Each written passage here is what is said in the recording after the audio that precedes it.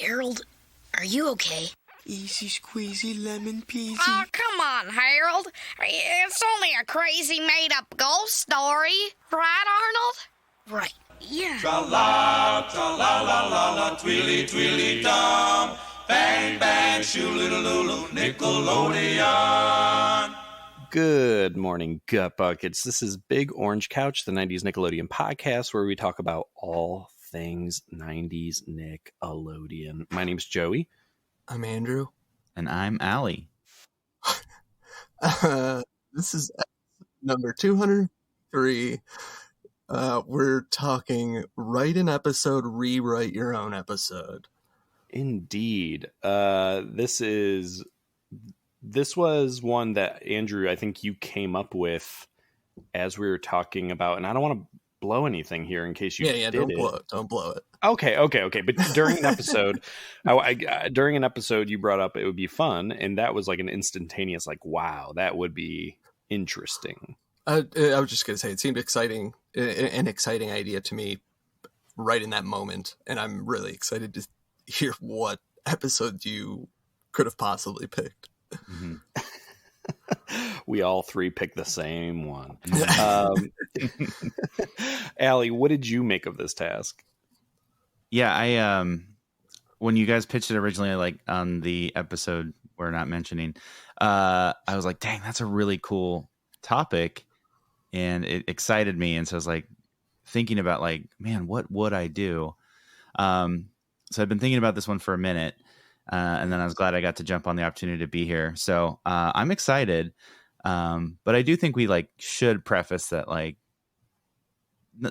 what we chose doesn't necessarily mean it's bad, right? Yeah, because so many people work so hard on these episodes and these things, and especially the show that I'm doing, I really love. So I don't want to come from a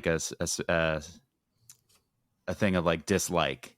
Just that I have such a great standard for the show, and I thought, maybe this one could use something a little different. Yeah. My prediction is that all three of us actually might do a show that we like. But that was something to wrestle with, because I didn't want to pick an episode that was that I was picking on necessarily. I wanted to do something that, in my opinion, was from a show I liked that felt salvageable. They just maybe missed an opportunity. And so it definitely does not come up from a place of hate, though I consider that, I toyed with Locker 22, some of the real stinkers, but I'm trying to aggravate Andrew, but so yeah, I totally agree. What about you, Andrew? I like the show I did. I think this episode, in my opinion, I think the episode that I picked just had a lot of room for improvement, and I thought that I could possibly one up what they ended up doing in the episode. Yeah, maybe I'm being too optimistic about my story, but I don't know. We'll see. Well, I think that's the only way you can approach it, is to feel like you could help along in some way the story. But yeah, so okay, so we picked shows we liked, but episodes that we thought needed some fixing up. I'm interested, and you guys don't have to say it. Obviously, I don't want you to say which episode you picked, but were there any ones that you were playing around with that you didn't go ahead with, like false starts? Not for me, just because I had this in my head from when we first started talking about it. So I just kind of went with it. Got it. Yeah, I'm with Andrew. I had this one set in my mind when I thought about it, and I didn't want to let it go. And for me, I think this is one episode that sort of doesn't fit the tone of the series as well as it should. And so I thought, okay, how can we take that theme and make it more in line with what the show represents? Right on. Yeah. That makes sense.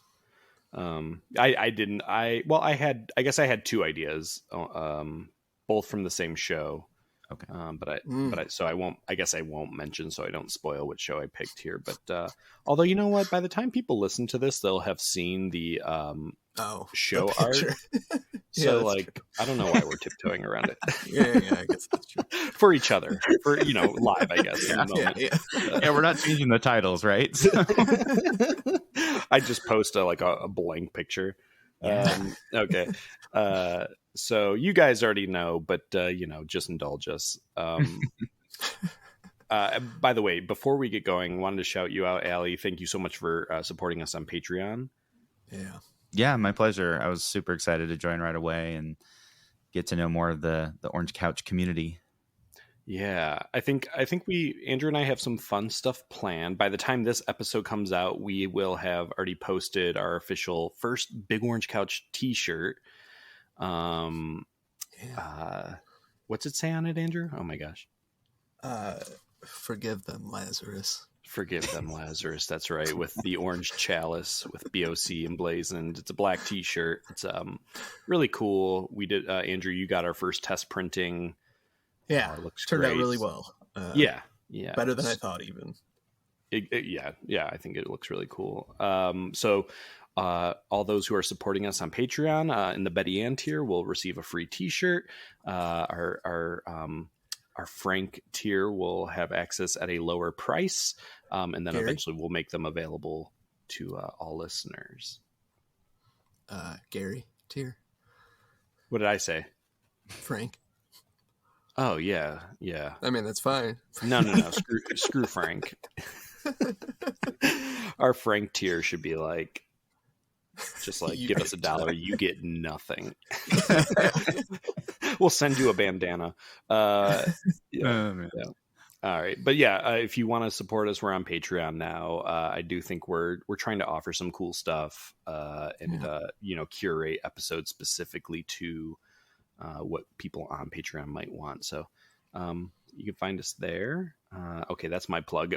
Before we even start, Allie, of all of our friends that we've met through this podcast, you're like one of the busiest. Is there anything anything new, anything you kind of want to plug right at the front here? Sure. Yeah, that's a fair statement. I'm like really busy a lot of the time. So yeah, I think you guys have done a great job of plugging Big Door Prize for me. I really appreciate the shout outs when they come up. That's still a thing. If you need some Pete and Pete swag of your own, head over to bigdoorprize.com. And you can also head over to Krebstar_Industries on Instagram to see the Krebstar art. Outside of that, I have a 90s themed Dungeons and Dragons podcast called Dungeons and Decades. And what we do is we take the rules of 5e D&D. We created characters and we inserted them into this sort of 90s universe. And it's a lot of fun. And if you're not a fan of D&D, I think you'd like it. Because it's got enough 90s references and fun stuff to navigate. I have another podcast called Notable Nostalgia. It's just a 90s review podcast, but it's with like a BIPOC and queer perspective. And it's a lot of fun. We're having a great time. And then last thing to plug, nothing to put out yet, but I just started doing stand-up comedy. And so soon I'll have a page dedicated to me as a comedian, whatever that looks like. And yeah, I'm excited. I'm really, really diving into it. Taking a class. I've done a few open mics, and I think I'm going to keep it going. I'm excited. Nice. Yeah, I love that. That all sounds excellent. I'm excited. Will you be eventually sharing the comedy? Yeah. Yeah, whenever I can get like a decent video and a nice toned up set, Love it. That's really cool. And then I know we've shouted out the Big Door prizes, but I do love it. Have I ever told you some of your stuff graces my computer? Really? Like in the hashtags or something? Oh no! Like I have a King of Frode sticker on my computer. My favorite mug is my orange Lazarus mug. So yeah, really cool stuff. Oh, that's sweet. Thank you so much. Yes, of course. Yeah. So yeah, if you guys need some Kino Fraud stickers for your laptop, Andrew, I hooked you up with some, right? You gave me, you did. Gave me a couple stickers and my own Lazarus mug. Yes. Nice. And I love it. Yeah. Nice. All Well, right, I'm excited to have my Lazarus mug T-shirt coming. So. Yeah. You got it. It's coming. Okay, Andrew, do you want to get this rewrite party started? Sure. Show these 90s Nickelodeon writers how it's really done. Well, you already know what mine is. Yeah. It's the headless cabbie. Hey, Arnold. Mm-hmm. Yes. The thing that set me off on this. Yeah, headless cat. I'm still kind of shook by that episode of how much you and Chris disliked that episode. But even having said that, I can see where it could easily be improved upon. So I don't hate it or anything. I just think it's sort of mediocre for the idea. That's my feeling. But perfect pick then. Sure. Yeah. We'll see if I pulled it off. I don't know. I'll be honest. Okay. I'm buckling up. I'm ready. You might recognize some little details. I didn't completely change everything. Oh, that's what I did want to ask. So, I guess I'll find out. But I was interested how much of the original DNA you guys left intact. Yeah. But I guess we'll just find out. Okay. But here we go.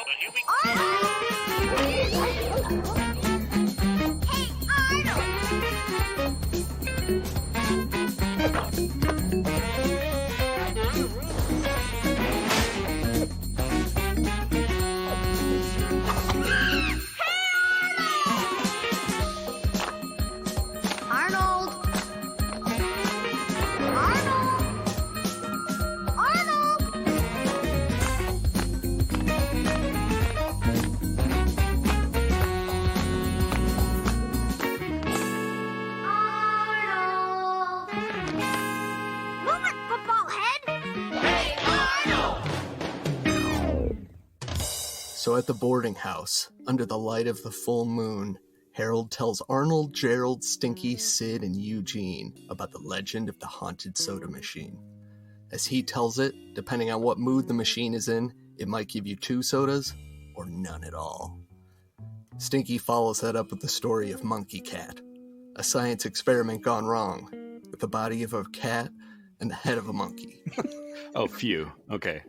I was worried. Kept in the best part. Yeah, you gotta leave that part in. The others are material. I would love it if this whole episode just became about Stinky Cat. Well, I might not have gone that route, but all right. But the others aren't impressed. I don't buy it, Sid says. Everybody knows there's no such thing as monsters, and none of these stories are scary. But Grandpa overhears this as he shows up to deliver snacks, and he suggests Gerald tell them the tale of the headless cabbie. I don't think they're ready for that one, Gerald says, but I'm going to tell it to them anyway. Just as it was told to me by my man Fuzzy Slippers. Over 100 years ago, a cab driver in the city was gruesomely decapitated when he collided head-on with an ice cream truck. 1 year later, in that very same spot, on a foggy night just like this, a woman stopped for ice cream on her way home from the theater when she was stopped by a man with a golden hook for an arm. What was that? Harold cries. I think it's the hook guy scratching at the door. You didn't hear anything, Sid says. It's just your imagination. Go on with the story, Gerald. Luckily, the man was scared off by a passing cab. The driver called out to ask if the woman needed a lift, and it was only when she got into the cab that she realized the driver was missing his head. The cab sped off, and the woman was never seen again. To this day, on nights like this, people say you can still see a pair of headlights swerving through the fog. As Gerald finishes his story, a maniacal laugh echoes through the room, and boys cry out. But it turns out it's just Mr. Wynn and Grandpa setting them up. You should have seen the looks on your face as Grandpa howls, as Mr. Wynn does his freaky laugh. Would you leave those boys alone, Grandma scolds, wearing an old raincoat as she hands Arnold a hand rake. They're going to be too scared to help me with my gardening. But it's dark out, Arnold says, and we don't have a garden. To soothe their fears, the boys decide to go out for ice cream, and Ernie offers to take them, telling them, I'm driving a cab tonight to make some extra dough. I'll give you a lift. After they get their ice cream from the Jolly Ollie man, someone waves down Ernie's cab, and he tells Arnold and the gang to walk back home. As they head down the sidewalk, Eugene notes, Man, it really is foggy out here. I can barely see my Billy bar. Feeling their way through the thick fog, they suddenly hear a scratching sound moving in their direction. But the fog makes it so they can't see what's coming until it's too late. They scream as a man, just like in the story, steps out of the shadows and raises his hook. The boys take off down the sidewalk when Arnold realizes they lost Eugene. Looking for help, the boys run toward a pair of headlights, hoping it's Ernie. But when the car stops, Eugene sticks his head out of the back window and tells them, I got us a cab. But something feels off, and when the window rolls down, they're greeted by the headless cabbie sitting behind the wheel. Ooh. Need a lift? The cabbie asks, laughing maniacally. Out of their mind with fear, the boys run screaming down the sidewalk until they wind up in a dead-end alleyway. They can hear the scraping sound again as the cab's headlights shine at them from the other end of the alley. I guess this is it, man, Gerald says as they cower behind the trash cans. This isn't real, Sid insists. Monsters and ghosts don't exist. Curled in the fetal position, sucking his thumb, Harold cries, Mommy. but as the scraping gets closer, they suddenly hear a familiar laugh echoing across the alley. Grandpa steps out of the shadows, wearing Grandma's old raincoat and dragging her hand rake across the brick building. How's that for scary? Stunned, they look back to the cab, and Ernie pokes his head out to ask, Need a lift? While they're gawking, Eugene calls out, I'm okay. But what about that laugh, Arnold asks. Just then Mr. Wynn sticks his head up in the passenger seat of the cab and laughs. As soon as they step out of the alley, they realize they're right next to the boarding house. We should have known it, Stinky says. The headless cabbie is headless. I reckon that'd make it pretty tough to talk. I knew it, Sid says, shaking. I told you there's no such thing as monsters. But as they head inside, something knocks over a nearby garbage can, and they spot the shadow of a cat with an oddly shaped head, making strange chirping noises as it bounds off into the alley. You don't think, Stinky says. Arnold and Gerald look at each other for a long moment, but finally shake their heads and tell him, nah. As the camera pans up over the boarding house toward the full moon, a strange chirping echoes through the streets. And Nice. Okay. I think it's an improvement. Yeah, it feels way more like structurally Arnold. Yes. Oh. Yeah, that's a good way to put it. thank you. So, go ahead. I was almost like wondering if you were going to like, because I remember the episode review you guys did. I'm wondering like, were you going to put in the calculations of the force it took to remove someone's head with a scarf and like just to nail it down? But Oh I like man, it's good. no, yeah, that would have been good. I wanted that. I would rather have been watching like a modern day cab, I guess, than Yes, Yes. the cab that was in the episode. I just, it is a Just wanna very help people. kind of big jarring thing of like. Although I don't know, maybe that's a modern day problem because we know the name of the episode. You know what I mean? Like we watched it without having. We knew the name, but we hadn't seen it. yeah. But no, I think a more modern cab is the better idea, and I like the inclusion of the Jolly Ollie man, and like it seems like much more of a neighborhood episode rather than just like walking through Central Park or whatever.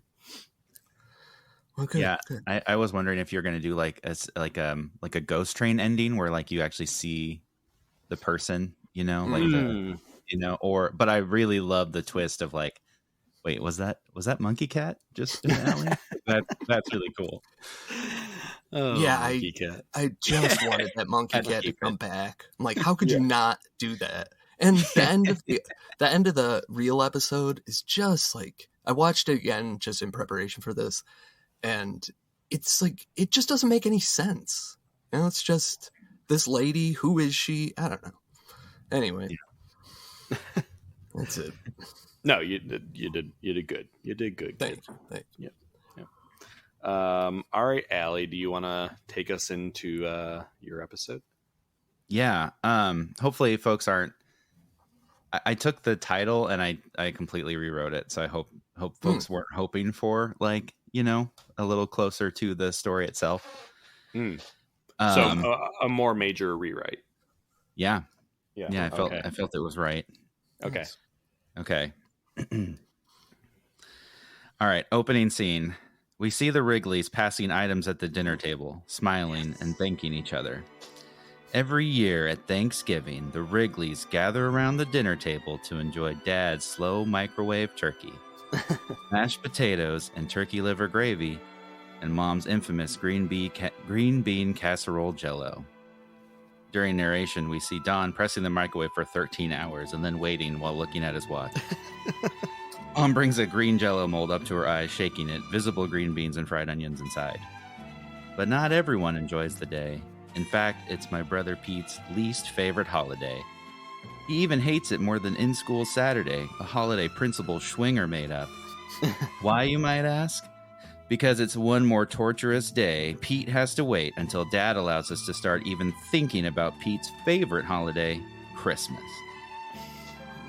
He can't even say the word without setting off Dad's Christmas sirens. Little Pete whispers to Big Pete, "Hey, Butterball, what are you asking the errands pay for the Isthmus cray?" Just then, a loud and spinning light siren labeled Christmas alarm with Christmas spelled with icons to imply it's a forbidden word goes off. Don shoots darts at Little Pete, and he places his face in his hand in disappointment as he turns his spoon upside down to where the jello fall hits the plate. But when the clock strikes midnight, my brother Pete lights up brighter than a Christmas tree. The cold open ends with a side-by-side camera with Little Pete and Don both lying awake in bed. Pete excited, Don scared as he pulls the covers over his face. It's mighty strange. You looking happily deranged. I can't say unless you're in bed. Or have you picked your target yet? It's ended. Got your dog bite. It's ended.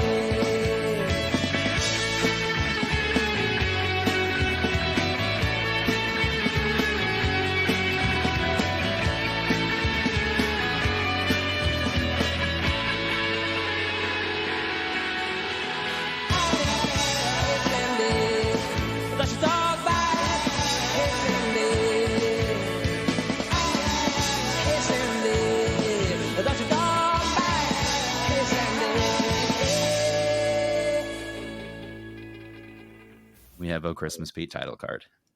Nice. All right. I love this choice. Just Feel free to interrupt. I'm epic. Okay. No, it is a good choice. Yes. We see Big Pete on the front porch narrating. Starting on Black Friday, my brother Pete gets into Christmas mode. It all starts by playing Christmas music nonstop. We see a hand grab a record off the shelf called Merry Krebmas, and Dad busts out the Kreb muffs. Don pops on earmuffs and ensures they're snug. Then Pete puts up the Christmas lights on the house. We see Pete climbing down from a ladder off the roof as "Merry Christmas Blowholes" is written in lights. As Christmas approaches, Pete then hires a skywriter to spell out his Christmas list above Wells' bill so no one can miss it. Little Pete watches as the list is written and he says, "Attaboy, Coop." When my parents finally do get our gifts, every year they have to get smarter about hiding them.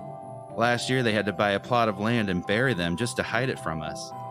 We cut to a scene where Don and Joy shake hands with the Krebs State realtor, and as they leave, he enters his office to see Pete with his feet on his desk smiling. Then cut to Pete walking into the empty plot and starts digging to scoff and say, "Amateurs." We cut to Big Pete as he walks down the sidewalk. But this year was different. You see, Mom and I have always enjoyed Christmas, but not as much as Pete. And this year he was about to learn that someone in our family didn't enjoy it at all. The brothers in their room, Little Pete on his bed, and Big Pete getting dressed in the mirror as he puts on a green and red elf costume.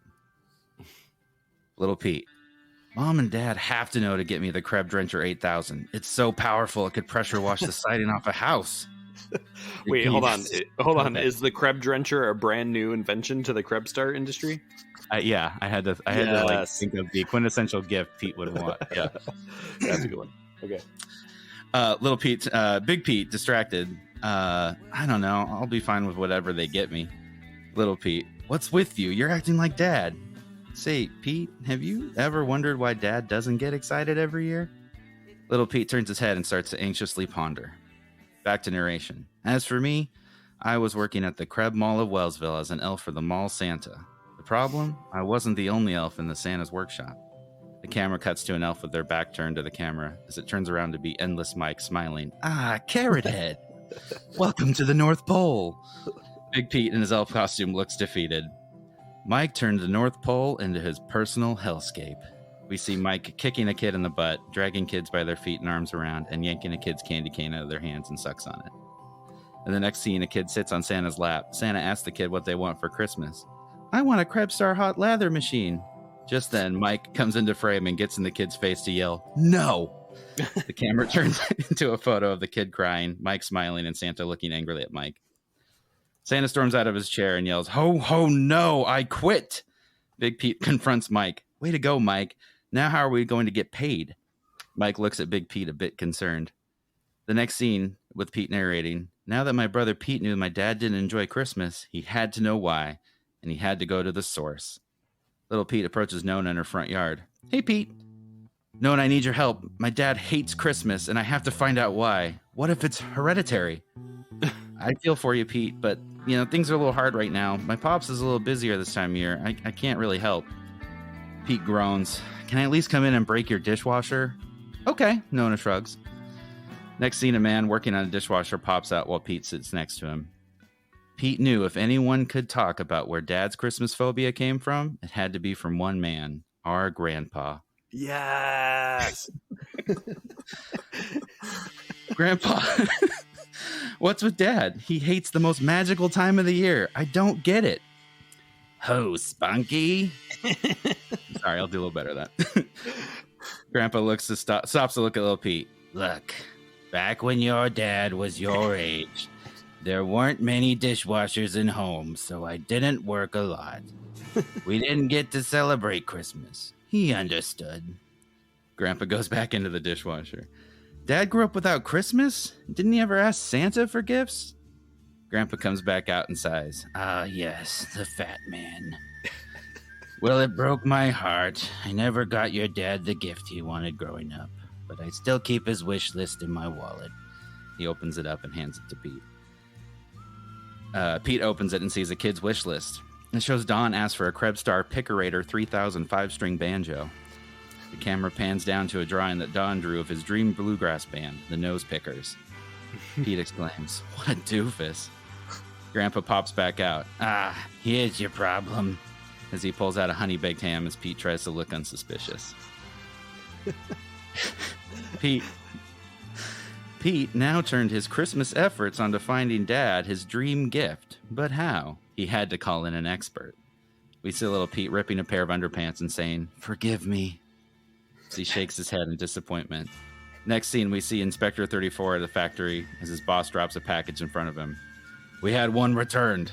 34 opens the package and finds a pair of whitey tighties with Sharpie written on it and a message. 34, sorry to do this. I need you. Meet after dark. You know where. At the Krebs factory at dark, Pete and 34 meet face to face again. Pete Wrigley, I see you're now up to a 16 regular. Cut the calculations. I need your help. What is it? I need a Krebs Star Pickerator 3000 5-string banjo. But those haven't been in production since 1973. Not after the stringing. 34 says as he looks off into the distance with concern. Pete loudly groans, 34, I need one of these before Christmas comes. How can I get one? 34 thinks for a second. Well, pawn shops, if you're lucky, they'll have one. Your best bet is to find someone who can play a banjo and wants to sell you one. Someone who's intelligent, yet awkward, holds many skills, and also a loner. Pete stares at 34.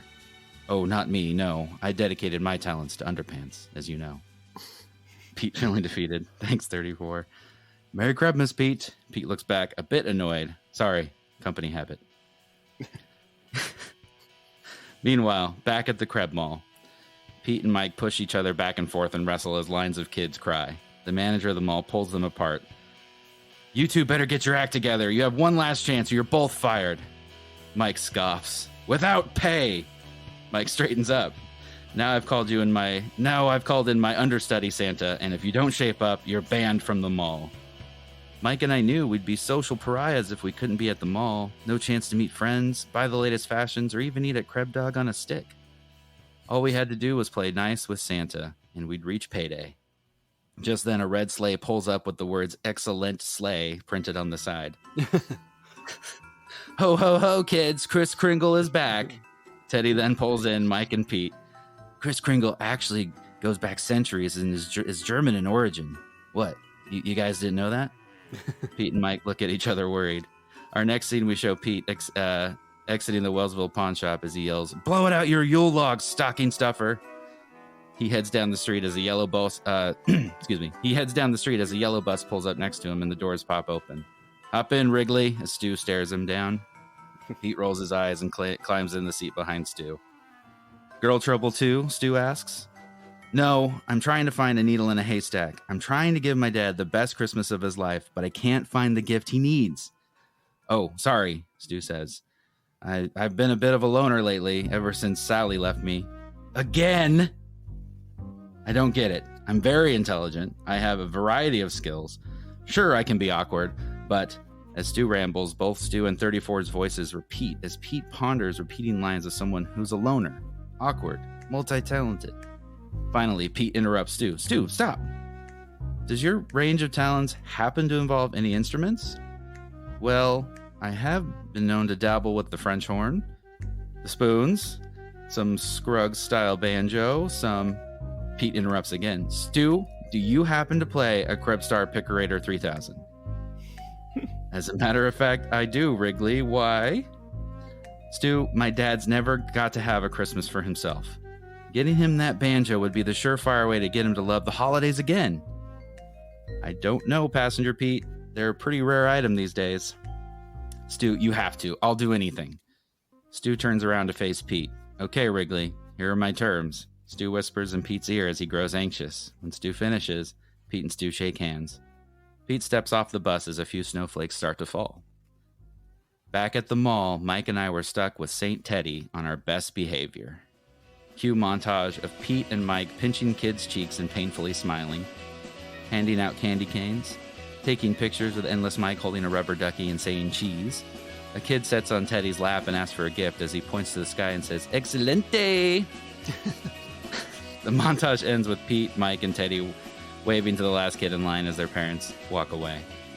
"Well, boys," Teddy puts his arm around Mike and Pete, "what do you say we find a greasy spoon that's serving up some milk and cookies?" Sorry, Teddy, family engagement. I got to go," Pete says. "Yeah, why don't you and your sleigh hit the skies, chimney suck," Mike says as he pulls Teddy's fake beard and snaps it back at him.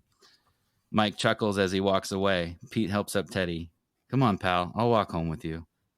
"It's excellent sleigh," Teddy protests.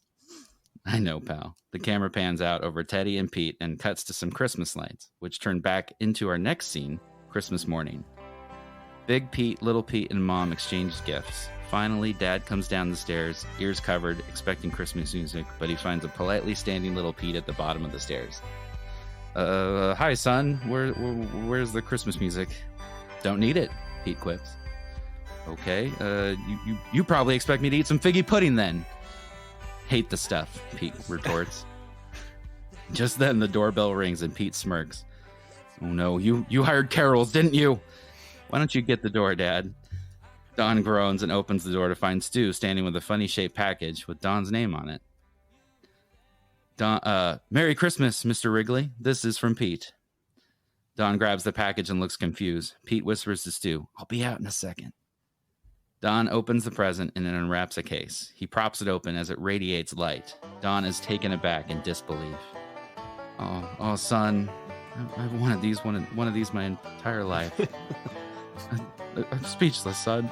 The tear wells up in Don's eye as he wipes it away. "Merry Christmas, Dad." They two hug. Big Pete narrates, "It was the best Christmas my dad ever had."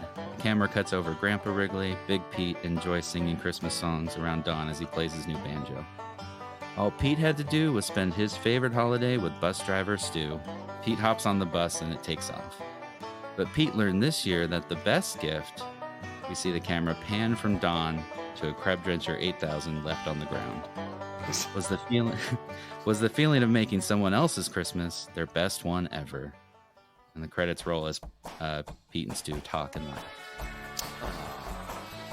Man, that was great. Sorry, long-winded, but I No. couldn't It was very good. It felt like an appropriate length for a full Pete and Pete episode, I feel like. Yeah, I There's thought it always was like great. a side thing going on, so I had the Big Pete thing, and then Yeah. Oh, Yeah. yeah. Yeah, felt totally balanced. I think pretty much all of it did the Christmas episode idea like better than the actual episode. I Oh, think. absolutely. yeah, There was like a lot of little great things. I really enjoyed envisioning like Pete and Pete at the mall during Christmas, mm-hmm. and then Endless Mike working at the mall is like perfect. Yeah. Just like chef's kiss, perfect. And then Grandpa showing up. Like I did a little fantasy booking here. yeah. Well, I'm sure William Hickey was more than available. No, I mean, I would have loved to see him come back in any way on Pete. Yeah. Absolutely. It felt especially appropriate for a Christmas episode too, where like you often run into characters you haven't seen for a while or something, you know? Yeah. I really loved the narration too. Like, I think you really nailed that. Thank you. I could hear Big Pete saying it. Merry Krebmas. I mean, Yeah, good use of the Krebs products in general. Yeah. yeah. One great thing about season 3 is there's so much, like the Krebs products are just skyrocketed to the top. There's so much going on. Yeah. There's no end to those. You also did like a lot of little moments that I really liked that I think like really are essential to Pete and Pete. Like the kid asking for a hot leather machine. That just feels like a perfect weird, I don't know, weirdo like thing to ask for. Yeah. And hitting the tone. Like I feel like at the end with like Don where it's like, oh, Pete, you know, like I could just really envision that moment of Don and kind of lovingly putting his arm around Pete. Like, Yeah. it really nailed it. Also just Don having this background, this musical background that like feeds into little Absolutely. Pete's musical interests, you know? Yeah, that's interesting. Yeah. Yeah, you could build on that little character building between those two. Yeah. If there's any banjo players out there, hopefully it didn't offend you, but I play banjo myself, so I feel like I can call ourselves awkward loners, you know, like it's a source material for sure. Yeah. Oh no. The banjo subreddit is coming for you, Allie. Yeah. They know. Deep down, they know. Steve Martin is coming for your neck. All right.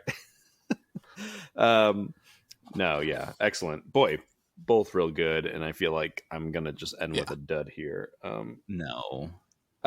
This is I mean, it was very hard for me. This was I was working up until like 5 minutes before we started recording here, and I'm just not sure I was able to actually hit it the way I wanted to hit it. So, you know, luckily this episode already exists, and if you think it's better, you can go watch that one.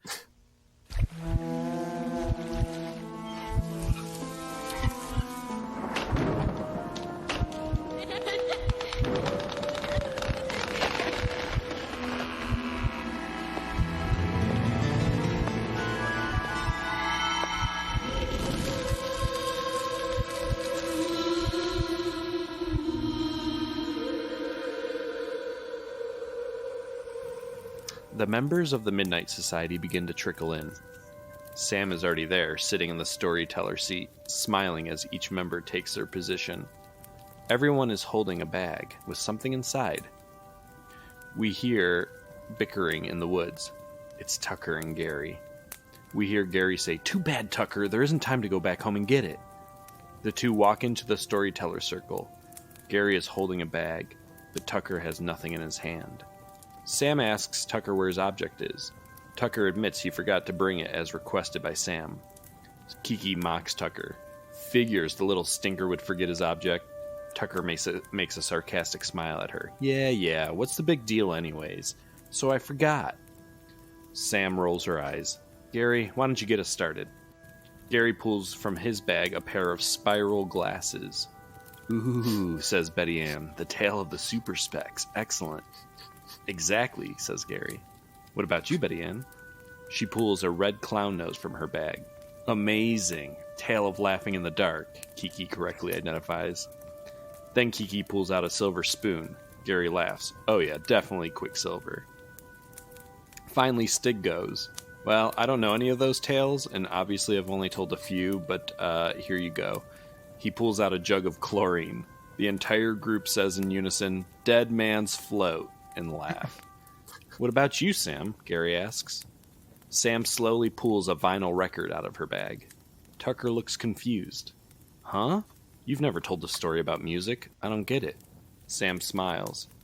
You see, memories are all we really have. To remember is to have lived. And few things can invoke a stronger memory, like a song from your past.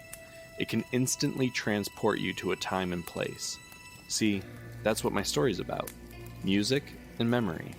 And when those memories aren't quite what they seem. The group's demeanor shifts to serious. Submitted for the approval of the Midnight Society. I call this The Tale of C7. All right. Interesting pick. We get a narration. Jason, Lisa, and their mom hadn't lived in their new home very long. Jason and Lisa's mom had moved for a new career opportunity, but the move had placed them away from civilization. To say it was remote would be an understatement. We see a lake surrounding the house. It's scenic and beautiful. But Jason was tired of living away from everyone and everything. We see Jason complaining to his mom as they clean the porch. He's a bit saucy as he complains about why his mom had to quit her job and move them all the way out here. He's dressed in a red t-shirt, tucked into his pants, an ugly button-down with belt and jeans. Mom smiles. She's ever the optimist. Jason, we've been over this, sweetie. This is an incredible opportunity for our family. Just look at that, she points out towards the large body of water. All of this is ours. Plus, you'll meet other kids soon enough. Jason puffs. What other kids? The fish? Mom laughs before she notices his little sister Lisa standing by the water looking at their white rowboat. Mom yells, Stay away from the water, dear. She looks back at Jason. We've really got to teach her to swim. He rolls his eyes. Let me guess, that's my job too, as he goes to get her and bring her back to the house. We fade to the family cleaning up inside the house. Mom talks about what a bargain they got on it. She just doesn't get it. How could it go for so cheap? Lisa goes to turn on a light bulb, and the light bulb bursts. At the same moment, the light fixture comes crashing to the ground. The family is startled. Is it just me, or has everything in this house been breaking for the last few days? Jason says. Mom pats him on the back. It's not that bad. At that moment, Jason goes to open the closet door, but flies backward as the handle comes off. You sure about that? He quips as he gets up and hands his mom the doorknob. The door slowly creaks open. Lisa walks in. Whoa, what is this? What is what, honey? The mom flips on the light. There's a large object under a sheet. Where the heck did this come from? I don't remember ever seeing this. Jason walks into the closet. Me neither, he replies. He takes the cover off the object. It reveals a beautiful jukebox stacked with records. Look at that, Mom marvels. Oh, great, all my favorite big band tunes. Shh, Mom responds. Lisa picks up the plug and plugs it in. It gives off a bright red and yellow as it powers up. It appears to work perfectly. Cool, Lisa says. Any requests, Mom? She laughs. How about C7? Jason presses it, but nothing comes on. He bangs on it. Busted, I guess. Mom leans over and presses A2, and a big band tune begins to play. See, Mom says. Must bring back a lot of memories, huh, Mom? Hey, I wasn't even born. The family slides the jukebox out of the closet and into the living room. They plug it back in, and the music kicks back on. Lisa and Mom dance as Jason pounds up the stairs to his room, seemingly uninterested. It's night now. Jason rests in bed listening to his Walkman. Mom pops in. Lights out, kiddo. Jason ignores and keeps listening to his music. Mom plops on the bed, slides his headphones off. Listen, I know this hasn't been the easiest transition. You and your sister have been through so much, but things are going to get better, okay? Jason relents. I know, Mom. She gives him a kiss on the cheek. Give the music a rest. Love you. Jason rests his head on his pillow. It fades to the middle of the night as his bedside clock indicates. We hear music begin playing. We hear a woman singing, a haunting melody. Jason's eyes slowly open. Confused, he picks up his headphones, but that's not the source of the music. The music floats through the air, and he follows it down the hall. He notices red and yellow light flickering at the bottom of the stairs. The music grows louder until he reaches the living room. The jukebox plays loudly, and in front of it are two shadowy figures, slowly dancing to the music. Hello? Jason asks. The music becomes muted, and the figures stop moving. They slowly turn towards Jason and step into the light. We see an elderly couple, haunting and pale. They extend their arms out for Jason as we get an extreme close-up of Jason screaming. Cut to commercial. When we return, Jason is still screaming. The ghostly couple reach out, their faces sagging and pale. We see Jason's mom come hustling down the stairs. She grabs Jason and asks him why he's screaming. He points towards the couple, but they're no longer there. I swear, Mom, there were people here. Didn't you hear the music? What music, Jason? What people? At the same moment, Jason screams, Lisa! What about Lisa? His mom asks. We see Jason bolt out the front door. Lisa is slowly walking towards the water. They shake her out of it as though she's waking up. Sweetie, what are you doing out here? The music, Lisa says in a daze. The little boy. What is going on here? Mom laughs. Lisa points towards the water. The boy. He went into the water. Okay, well, now that the people and the boy and the music are all gone, what do you say we collect ourselves here, get back in the house, and get some sleep? She pats them on the heads and leads them inside. Up to bed, both of you. The kids walk up. As they walk up, the mom approaches the jukebox and looks it over. She presses C7, but nothing happens. Get a hold of yourself, she says. She walks around the machine and unplugs it. The next day, the kids are playing a board game on the couch. Both kids continue to glance at the jukebox. Finally, Lisa says, There was a little boy. I swear I saw him and I heard the music. Jason nods. I did too.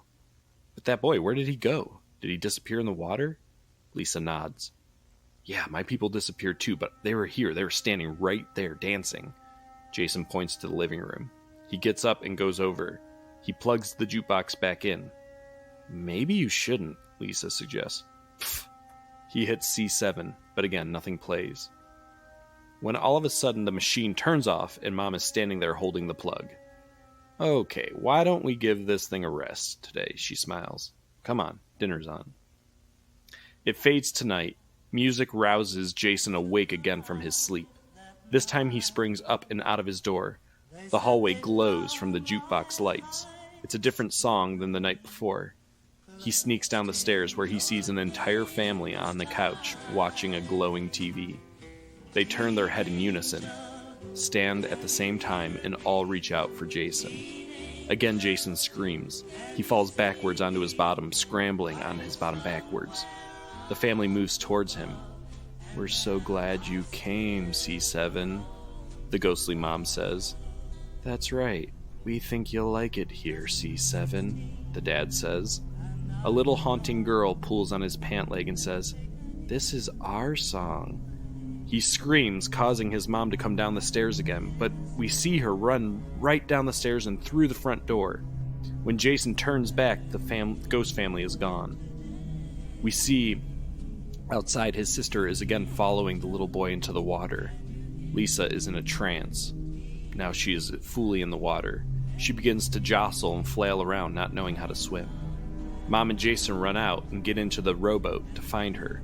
They row hard. but the water is violent and blowing. They shout for Lisa, but before we know it, the boat capsizes. There's an intense struggle in the water before we see bubbles stop rising to the top. The water grows still, and the family does not come up. Commercial.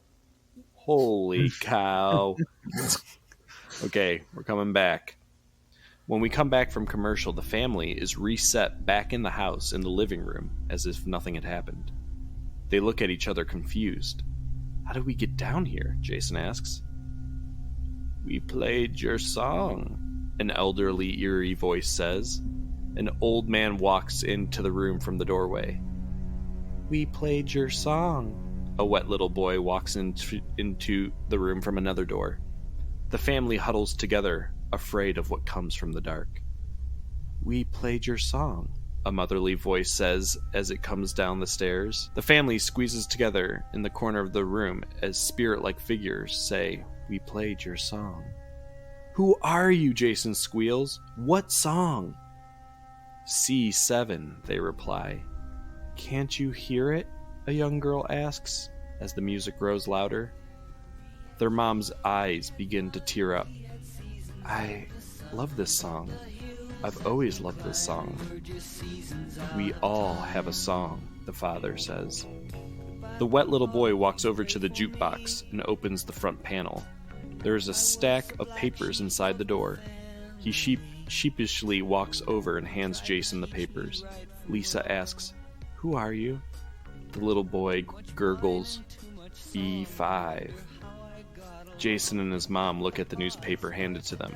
It's a picture of the house with the white boat in front. The headline reads, Family perishes in boat accident, trying to save daughter. The spirits reach out to the family as they had before. Jason now realizes his family is just one of the many ghosts stuck in their own timeline of the house. No, he mutters to himself. It can't be true. No. It's not so bad, one of them say. We think you'll like it here, C7.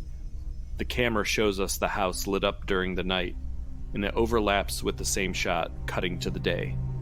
It's daytime, and outside we see a car pull up the driveway. A young family gets out.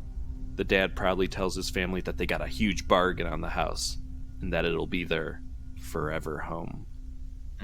The end. Excellent, Gary responds, the group smiling. That was great, Tucker chirps. Did anyone hear something? Kiki says. Stig laughs. No, I didn't hear anything. Guys, Tucker says. They get up and they start talking to each other. Tucker keeps trying to get their attention, but they're pretending not to see him. Gary says, Sam, aren't you going to declare the meeting over? Without Tucker? Sam says. Yeah, I think it's okay. Guys, I'm right here. I declare this meeting of the Midnight Society closed. Sam throws water on the fire. They walk away, leaving Tucker on his own. Aw, come on, guys. Boo, boo, boo, boo, boo, boo. You know, and music. Very good. Very good. I have to say that I can only vaguely remember the actual C7 episode. Sure. So that's a slight problem for me, personally. For all you know, I just retold the story exactly as it happened. Well, yeah. But I don't know. I definitely, the ending's completely different, right? Yes. Like, what's the real C7? So C7, the episode starts with the family just moving in, like they're getting to the house. And they do the same process. The first part of my episode is pretty accurate. Like, they go inside, they're cleaning, stuff's breaking, the closet opens, there's a jukebox, but it's broken. The kids got to fix it up. The episode takes forever. It is a slow episode. And eventually, pretty much the premise is every time he turns on the jukebox, this kind of girl emerges from the water, from like the lake, and starts coming out a little further every time. And so from there, pretty much it turns into this weird World War II ghost drama of like the music. It was like this song of this soldier in World War II. And I mean, it's so convoluted and it's like very boring and it's never scary. But I love the concept so much of like this kind of jukebox that brings things to life. Yeah. And so I was like, I think one thing that would kind of be cool in connection to that of like, well, if it can bring things to life, maybe then like everybody who's like lived in that house has like, a song that brings them back or something like that. Yeah. I'm not even sure I figured out the total like logical sense of it, but yeah. What's the ending of the original with the soldiers?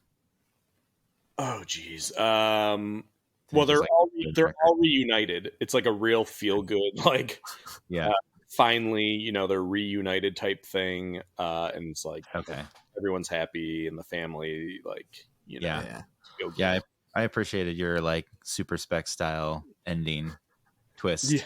Yeah, for sure. Yeah. Yes. Yeah. That end is definitely very good.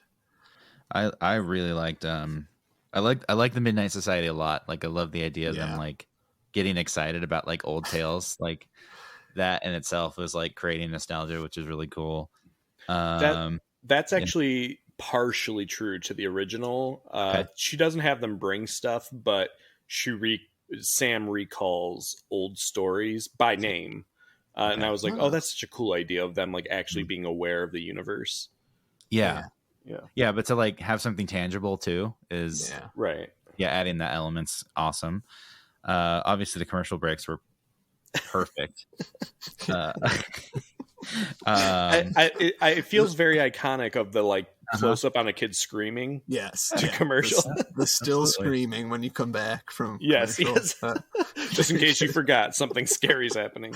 Yeah, and then I liked the parent was perfect. Like the light fixture falls and she's like, it's fine. Yeah.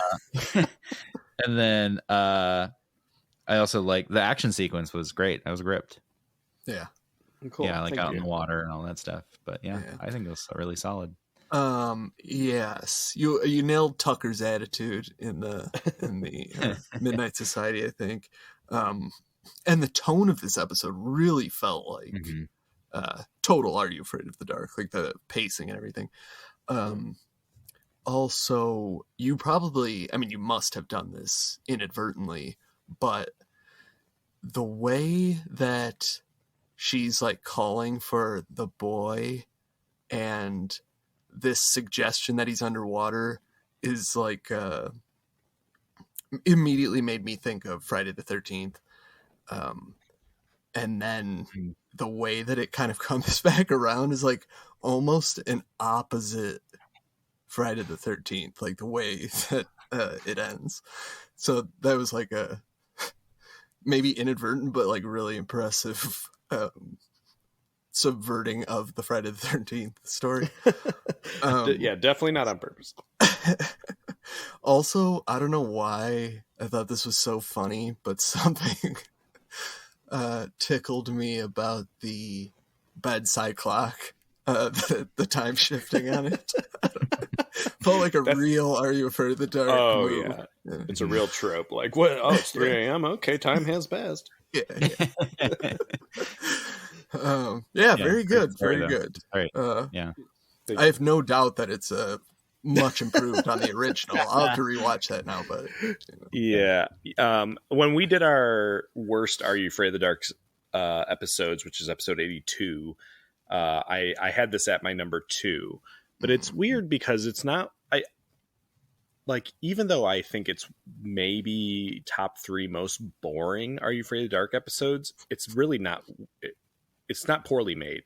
It's like a actually really well made episode that it just feels like the ending. They just like it got like very clunky. Like I do not want to watch a World War II ghost party. Yeah. Nice. Okay. Yeah. And I love that we all had something just very different. Like we all. Yeah. Yes, for sure. Yeah. Yeah. Love it. That was a lot of fun. Excellent. Can I ask like a thought process question, like a mental challenge? I was like curious when you said the Tale of C7 and like Andrew hadn't seen it before. And it got me wondering like what could the C7 be? If you were like told the Tale of C7 without having any idea what the show was about, what would you write about? Or would you know it was a jukebox? That is a good thought experiment. In fairness, I've seen the episode. So I knew there was a jukebox involved. Yeah, I should assume you should have seen it. Yeah. I just, but like all the details totally elude me. Yeah. Is it are they standing on like a battleship piece? Yeah. Yes, that would make C7. Yeah. Yeah. I actually almost retitled this one, "The Tale of the Forever Home," but I was like, you know what? No. Yeah. I'm not that big of a big shot. So it's C7. What I appreciated about both of your stories was the fact that you made them more like really true to the show and like creating the tone and the feel. So, I felt like I was enjoying a classic Arnold or a classic Are You Afraid of the Dark. So well done. Yeah. Same for Pete and Pete. I mean, yes, Andrew, absolutely. I think wasn't Oh Christmas Pete your definitive Pete and Pete Ferguson? Yeah. Yeah. I think this is like it. Just your story felt like a more realized Pete and Pete episode. I feel like the real one feels almost like it could have been something else, maybe. Yeah, agreed. Cool. All right. Well, before we go, this letter here is from our buddy Brett Wilson. Allie, you know Brett? Yeah, I know Brett. Okay. I'm joking. Okay. It says, where does the third door really lead? It says, hey there, Gut Buckets. Brett here. It's not often I have downtime from running my own podcast, but your Tale of a Door Unlocked review compelled me to write in after the group's fiery discussion concerning little doors, wooden acting, and Sardo's scammy intentions. Growing up, I didn't care much for this one, let alone see it on Nickelodeon at the time in '96. However, when revisiting Are You Afraid of the Dark for writing the book I did a few years back, I warmed up to it. While Joey doesn't believe this is a fun episode, I disagree. Aside from the seemingly psychotic antics of Justin jumping on tables and dumping buckets of water to warn and protect Ashley, many middle-class kids can relate to having either girl or boy trouble once puberty hits, including me.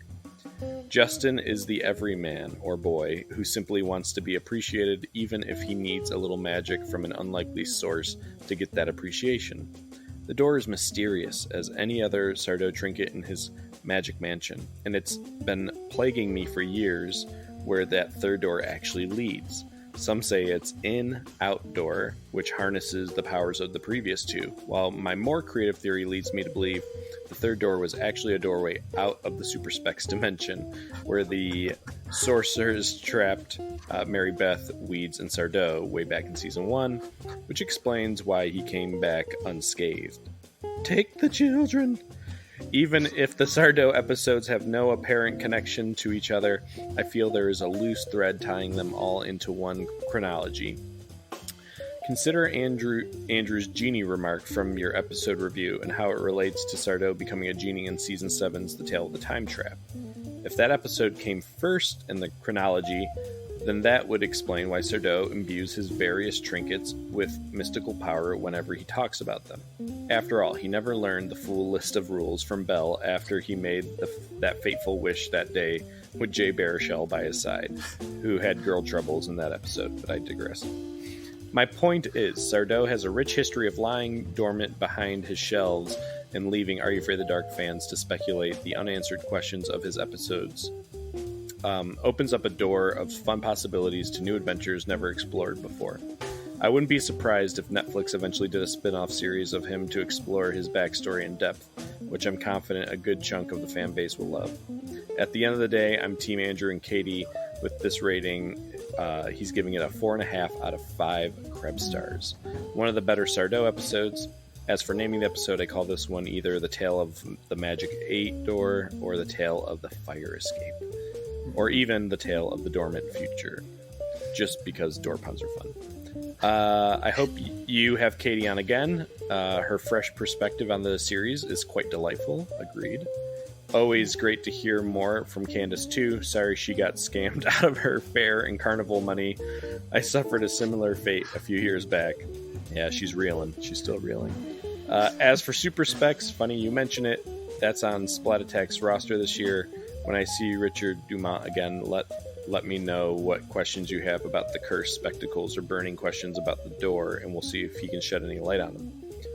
All right, good to chat with you guys again. Your corn cob flushed down the toilet friend, Brett Wilson. Oh, Yeah. Yeah, my feelings haven't changed on A Door Unlocked, but Unbelievable. all fair points. All fair points. well, if we're gonna get a Sardo spinoff, then my vote's for Andrew's. Oh yeah, hey Sardo. Yeah. Oh, hey Sardo, thank you. Wait, is that what it's called? No, Yeah, I think the no. episode was called that, right? Yeah. I Oh my think god. so. Hey, sort of. Andrew, Yeah. What Oh, I can't remember. your reading of okay, but I'm losing on the deal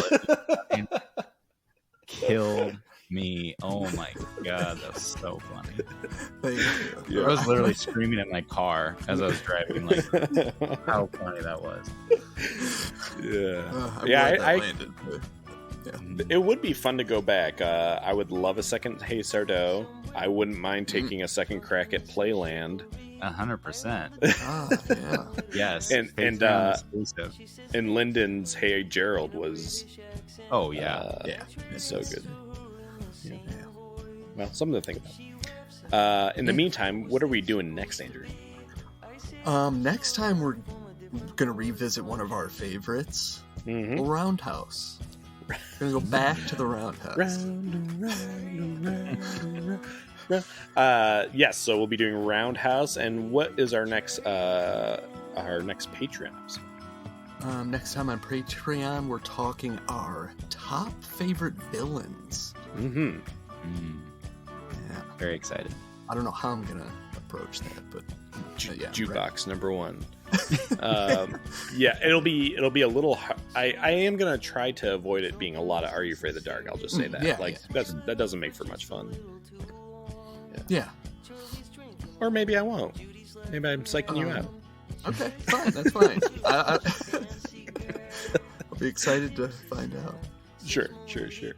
Well, in the meantime, you can find us on Twitter at BOC Podcast, Instagram at Orange Couch Podcast. You can email us at orangecouchpodcast@gmail.com.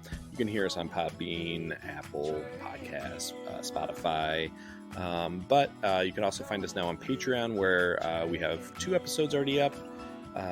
The M. Night Shyamalan episode, the Old Man Corcoran episode, and by the time this episode's out, the Favorite Villains episode will be out very soon after.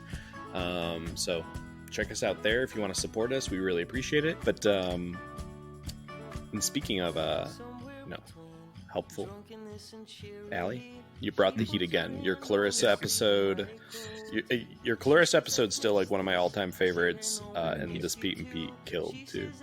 Thank you. Glad to be back. Hopefully again down the road sometime. Of course. For sure. Well, great episode. We hope we'll see all you green bean jello molds next episode. Come on, baby, try again. Come on, baby, try again.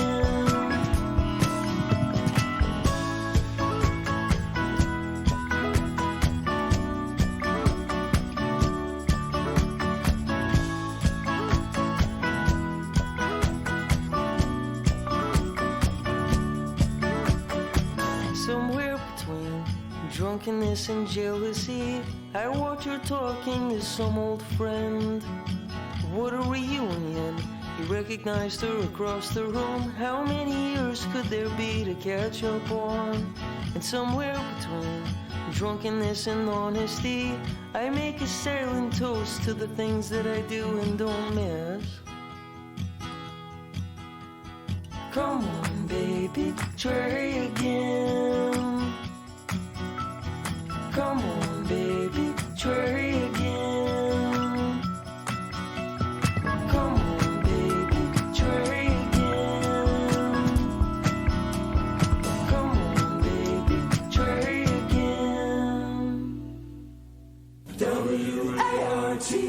WART Ward Radio, Wellsville. Good morning, Gut Buckets. This is Big Orange Couch, the 90s Nickelodeon podcast where we talk about all things 90s Nickelodeon. My name's Joey. Oh, no. Oh.